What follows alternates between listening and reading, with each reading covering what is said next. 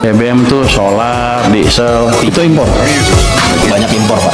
Kita banyak impornya sampai puluhan miliar dolar setahun. Sudah berapa tahun kita mengalami hal tersebut? Sudah puluhan tahun kan. Kita pernah bangun kilang baru nggak? Nggak pernah. Sejak kritis sampai sekarang nggak pernah bangun kilang baru. Saya pernah tekan mereka tahun 2018 untuk bangun kilang. Mereka janji mereka akan bangun 7 kilang baru dalam waktu 5 tahun. Sampai sekarang kan nggak ada satupun. Jadi kilang itu bukan kita nggak bisa bikin atau kita nggak bisa bikin proyeknya, cuman Pertamina-nya males-malesan aja. Saya pernah kasih ke mereka biar aja karena mereka yang jelek-jelekin saya kemarin kan. Saya pernah kasih tawaran ke mereka kalau nggak bisa bikin ya udah, ini ada investor dari Cina mau bangun kilang, Anda perlu beli 30 tahun, setelah 30 tahun Anda dapat kilangnya gratis. Pertamina bilang kami keberatan dengan usul tersebut karena kami sudah over capacity. Waktu saya kaget, over capacity apa? Kami sudah rencana bangun 7 kilang baru, satu pun nggak jadi kan? Mereka bilang, iya tapi ke depan akan jadi, sampai sekarang nggak jadi. Yang ada malah beberapa dibakar kan. Jadi tolong dari parlemen juga mengontrol Pertamina untuk hal tersebut. Jadi kita kerjasama, tujuan kita sama sebetulnya mengurangi subsidi dan membuat subsidi yang ada pun lebih murah dan tepat sasaran. 100 eaters, they won't fit in one SUV.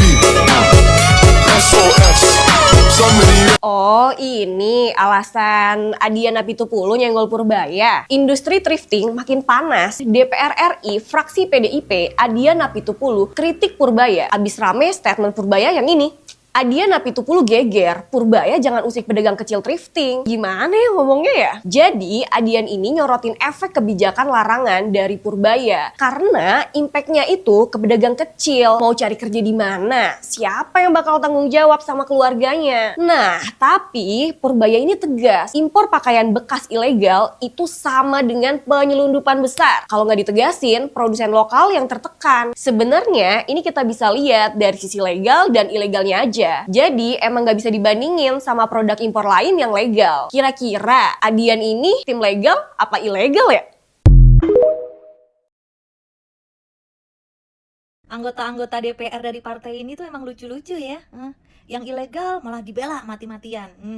Terus kemarin ada rakyat ngusulin kalau gimana kalau anggota DPR itu bisa dipecat sama rakyat. Ditentang juga, katanya partainya wong cilik, katanya berpihak kepada rakyat kecil. Mana?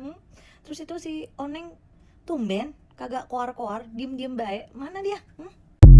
Jadi kelihatannya nih arena Anda diskusi dengan Danantara semalam dijadikan ajang curcol Danantara ke Anda ya, untuk menekan saya kelihatannya. Nggak apa-apa. Dari PDIP Pak Andreas, saya monitor proposal-proposal di Danantara. Setiap ada yang berhubungan dengan efisiensi, pengurangan kos, segala macam, saya selalu akan PMN kalau bisa. Tapi sampai sekarang juga proposalnya juga nggak terlalu jelas-jelas amat. Jadi kelihatannya nih arena Anda diskusi dengan Danantara semalam dijadikan ajang curcol Danantara ke Anda ya, untuk menekan saya kelihatannya. Nggak apa-apa. Saya baru tahu di sini banyak ahli ekonomi, mantap diskusinya nih pasti. Saya banyak tegur masalah pajak seolah-olah keadaan normal. Jadi kalau Anda tanya, kenapa pajak Anda turun segitu banyak? Ya waktu itu lagi susah. Kalau bisnismen lagi susah dipajakin ribut pasti kan. Jadi barusan menurut Bapak, Pak Dolfi, mohon maaf saya nggak. Jadi saya juga mau kalau bisa kita hajar, terutama anggota DPR pajaknya kita naikin ya. Saya bisa aja naikin tarif di sana sini. Tapi hasilnya pasti lebih jelek daripada yang sebelumnya. Kenapa mau kita tekan masyarakat kita, pengusaha kita pasti hancurnya. Jadi itu yang mesti ditaruh di kepala kita bersama-sama ya. Sebagai orang ITB Pak, orang ITB juga kan. Harusnya kita membuat Indonesia kayak Amerika sejahtera. Itu yang kita kejar dalam beberapa tahun ke depan, 10 tahun mungkin. Jadi target kita bukan mindahin orang ke sana supaya di sana hidup enak, tapi kita membuat di sini bagus suasananya sehingga di sini kita juga bisa hidup lebih enak tanpa harus keluar negeri. Karena itu masalah pilihan atau keluar negeri libur lah. Jadi kalau nanti menerbitkan utang di atas 781 triliun, datang lagi ke Komisi 11. Kan begitu Pak? Betul Pak Menteri? Betul? Nah, makanya saya tanya tadi maksimalnya berapa? Kan proyeksi, PDB-nya juga proyeksi Pak ini, Anggito. Iya kan itu. Itu kan berjalan memang, paham saya. Jadi kalau nanti melebihi dari 781, Pak Menteri harus merubah KPI yang sudah dijanjikan kepada kami, kan gitu. Betul, Pak Menteri? Bisa langsung interaktif, Pak Ketua? Gimana, Pak Menteri? Silakan. Ya seperti itu, atau Anda kurangi nilai kerja kami. Gimana, Pak? Ya, enggak, saya mau nanya. Tapi basically akan seperti itu, Pak. Ya, jadi kalau melebihi dari 781, Bapak datang ke kami untuk mengkoreksi KPI yang Bapak sudah sampaikan tadi. Begitu ya, Pak? Bukan mengkoreksi, KPI-nya nggak tercapai, Pak. Harus tercapai, kalau tercapai berarti ini harus tetap 781. Betul. Persoalan Bapak atur belanja itu lain lagi, Pak. Ini kan kita batasan untuk utangnya ini, Pak. Pada dasarnya tergantung Bapak nanti menyetujui apa enggak. Tapi yang jelas kalau sampai terlewat dari itu, KPI Menq tidak tercapai, seperti aja. Tapi tentang kebijakannya apa, dampaknya ke perekonomian, nanti tergantung diskusi kita seperti apa. Mau dibawa kemana ekonominya. Pak thrifting itu membunuh UMKM tidak didukung oleh data-data yang kuat. Begini, konten ini akan sangat panjang dan menjawab argumen-argumen para pembela thrifting ilegal. Yang pertama, kita harus berangkat dulu dari sisi legal dan ilegal. Jelas ya, kondisi saat ini tuh ilegal. Jadi nggak peduli mau lu bandingin sama impor produk Cina atau apapun itu tetap salah. Ilegal. Titik. For your information, pakaian impor Cina dan thrifting itu satu kolam, yaitu produk tekstil impor. Bedanya yang pakaian bekas itu ilegal, sedangkan pakaian jadi itu legal. Jadi nggak usah lu banding-bandingin sama impor pakaian jadi. Ya lu tuh sama-sama impor dan mengganggu industri tekstil lokal, kocak. Dan dalam hal ini sangat relevan kalau kita ambil analoginya itu seperti lu jualan ganja di Indonesia yang jelas-jelas bahwa aktivitas perdagangan lu tuh ilegal. Kecuali lu jualan barang second handed dari dalam negeri yang sering kita dengar dengan istilah pre-love. Jadi argumen lu sampah semua. Kalau lu kowar-kowar, kita mau bayar pajak kok kalau dilegalin. Kalau perkara mau bayar pajak mah itu bandar narkoba juga mau kali bayar pajak demi bisa jadi legal di Indonesia. Di situ lu udah ngaco sih. Yang kedua, palingan barang yang lu pakai bahan bakunya dari Cina. Ya kalau emang bahan baku dari Cina, emang kenapa? Yang penting bayar pajak masuk ke Indo, nggak ilegal kayak baju lu. Yang ketiga, thrifting udah ada dari puluhan tahun yang lalu. Ya terus, kalau ada kebijakan pemerintah untuk mengilegalkan pakaian bekas ini, lu mau bilang apa? Ingat, nggak cuma pakaian bekas aja yang dilarang impor sejak 2022. Ada banyak banget yang dilarang diimpor di Indonesia. Jadi ini bukan tentang thrifting doang, tapi mencegah aktivitas barang-barang yang dilarang impor ke Indonesia. Yang keempat, negara lain banyak kok yang pakai impor thrifting. Tuh Amerika banyak kok ngambil ball press Jepang. Jangan salah, jumlah barang yang mereka buangin juga jauh lebih banyak. Yang artinya negara maju seperti Amerika dan Korea Selatan itu memang mau buang barang bekasnya, karena mereka mau bisnis fast fashion mereka terus tumbuh dan tidak terdistraksi dengan harga barang bekasnya. Yang kelima, siapa bilang penjual thrifting nggak bayar pajak? Penjual online shop tetap kena potong pajak? Nah, ini sudah menjelaskan kalau kalian benar-benar nggak pernah bayar pajak atas bisnis thrifting kalian. Sampai-sampai biaya marketplace dibilang pajak. Aduh, kacau betul ini. Yang keenam, terus produk Cina masuk murah itu bayar pajak apa enggak? Bayar. Mereka bayar PPh 22 impor, bea masuk, dan PPN impor. Thrifting ilegal, apa kabar? Justru kalau gua disuruh milih antara barang thrifting dan pakaian jadi impor, gua akan lebih pro ke pakaian impor yang legal. Kenapa? Banyak produk Cina yang sampai bikin gudang penyimpanan di Indonesia dan bahkan bikin pabrik di Indonesia yang justru terlihat jauh lebih baik dari thrifting karena memberikan dampak ke perputaran ekonomi. Thrifting apa kabar? Yang ketujuh, yang membunuh UMKM itu bukan thrifting tapi barang Cina. Salah. Yang membunuh UMKM dan industri tekstil lokal itu barang impor.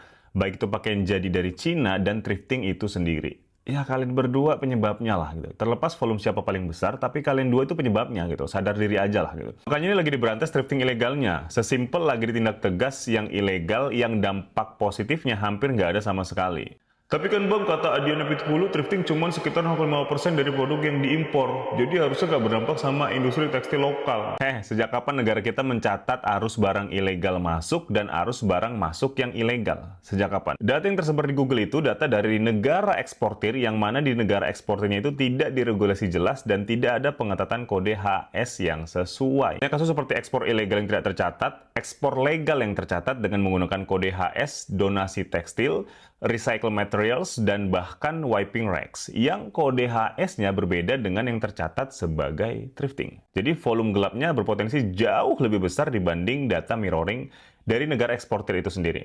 Masa kayak gini aja anggota DPR nggak paham ya? Sama kayak misalnya narkocoy ya. Coba lu kasih data ke gua berapa banyak impor narkocoy ke Indonesia. Sini, kasih ke gua data yang tercatat resmi. Nggak ada kan? 8. Terus produk Cina itu kalau emang mengganggu industri tekstil lokal, kenapa nggak dibatasi? Dibatasi kok. Pertama, wajib yang memiliki persetujuan impor.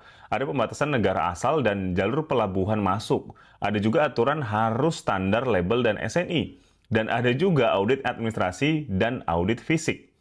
Alah, tapi masih banyak tuh yang dilewatin aja sama oknum. Ya, itu hal yang berbeda sih ya. Gitu. Kalau kayak gitu ya, harusnya yang diberantas adalah oknumnya itu sendiri. Dan itulah yang sedang akan dilakukan sama Pak Purbaya. Karena secara aturan sudah sangat mendukung untuk keberlangsungan dan pertumbuhan industri tekstil lokal.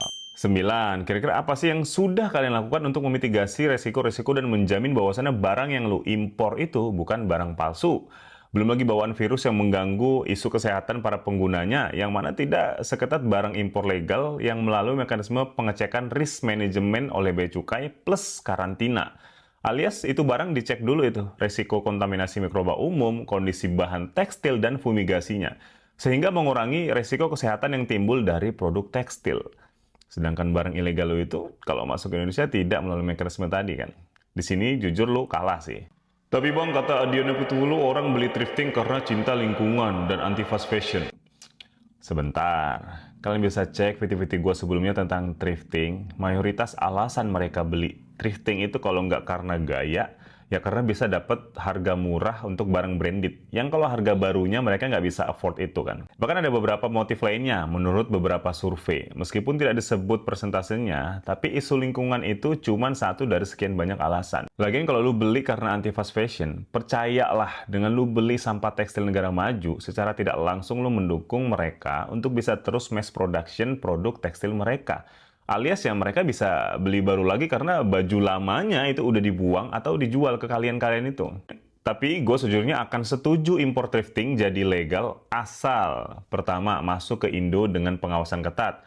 Kedua, ada pembatasan kuota per tahun, kecuali untuk impor pakaian bekas dengan tujuan donasi. Ketiga, di kondisi pemerintah berhasil membuat negara kita jadi negara manufaktur. Jadi kalaupun bersaing dengan thrifting dan impor dari Cina, masih bisa bersaing dengan mekanisme pasar persaingan sempurna. Bu, kalau dananya kan masih banyak, dia bisa pakai yang saya itu dulu kalau pakai. Sedikit Pak, 3 triliun Pak. Mereka provinsi tidak berani memasukkan dalam rencana kerja tahun 2026 Pak. Dikarenakan khawatir uangnya ini tidak dicairkan sebelum November mereka ketok palu Pak. November ini? Ya, akhir November ini ketok palu Pak, pengesahan anggaran kabupaten, kota, provinsi. Iya. Pak, kalau yang sudah dialokasi sudah clear, ya? Sudah clear. Betul Pak, ini kan harusnya dimasukkan juga Pak, uang kurang bayar ini dalam rencana kerja mereka tahun depan Pak. Jadi kalau dana kurang bayar itu di PH itu akan disesuaikan dengan kondisi keuangan negara secara keseluruhan. Tapi pada dasarnya nggak akan hilang itu. Tapi gini, kalau pertengahan tahun depan clear, sebelum pertengahan tahun depan... Ya silahkan jadinya Pak, anggarannya. Kalau Bapak masukkan di pertengahan tahun, mereka bisa melaksanakannya di perubahan Pak, sehingga nggak bisa bangun jalan Pak, kalau begitu. Tunggu, kalau dananya kan masih banyak, dia bisa pakai yang saya itu dulu kalau pakai. Sedikit Pak, 3 triliun Pak.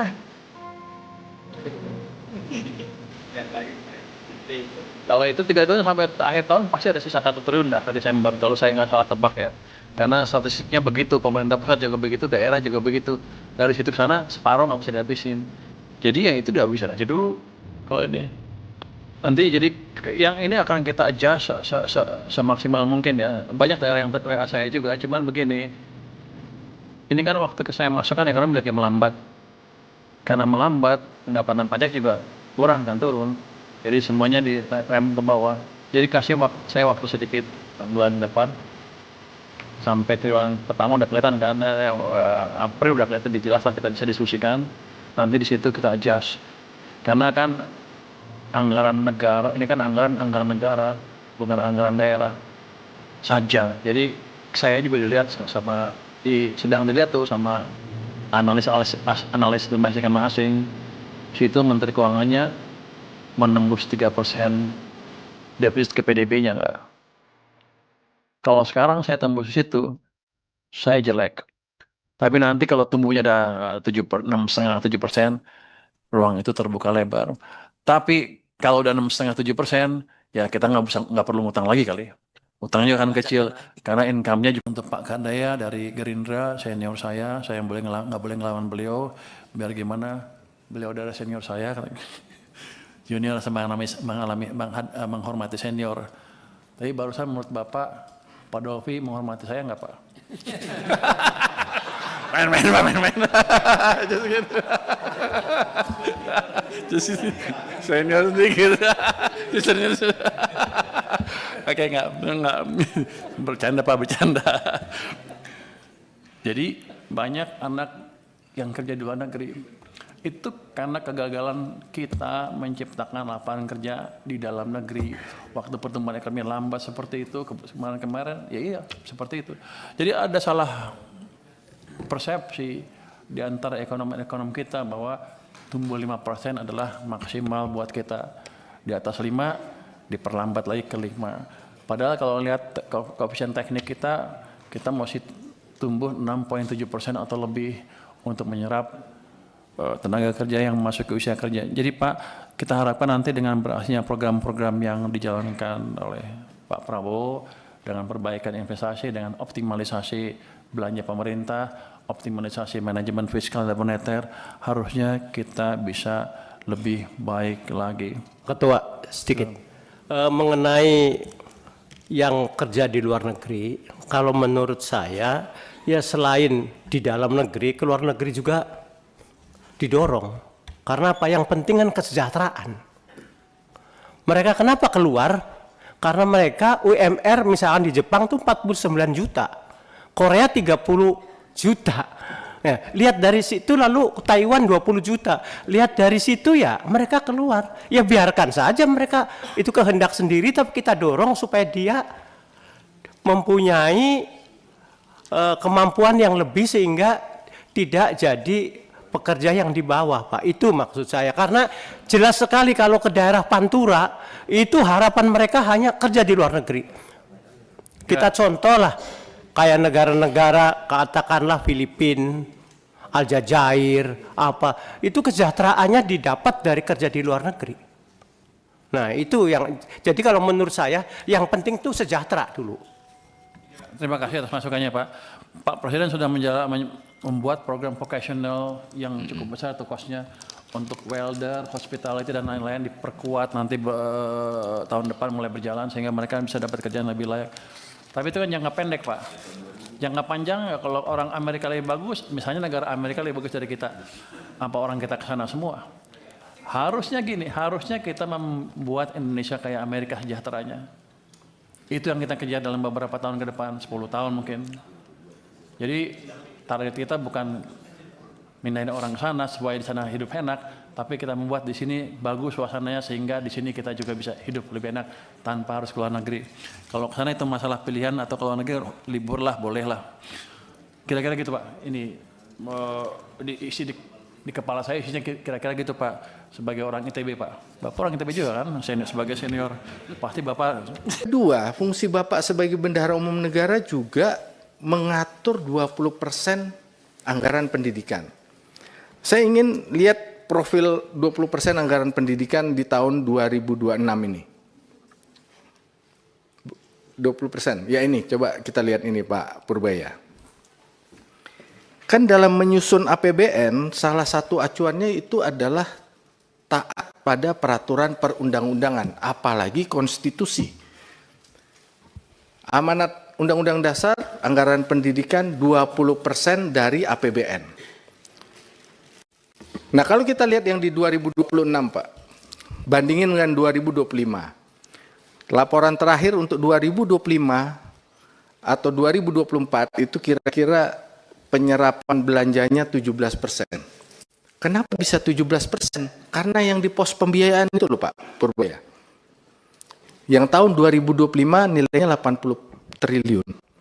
Itu pasti nggak direalisasikan. Itu karena cadangan.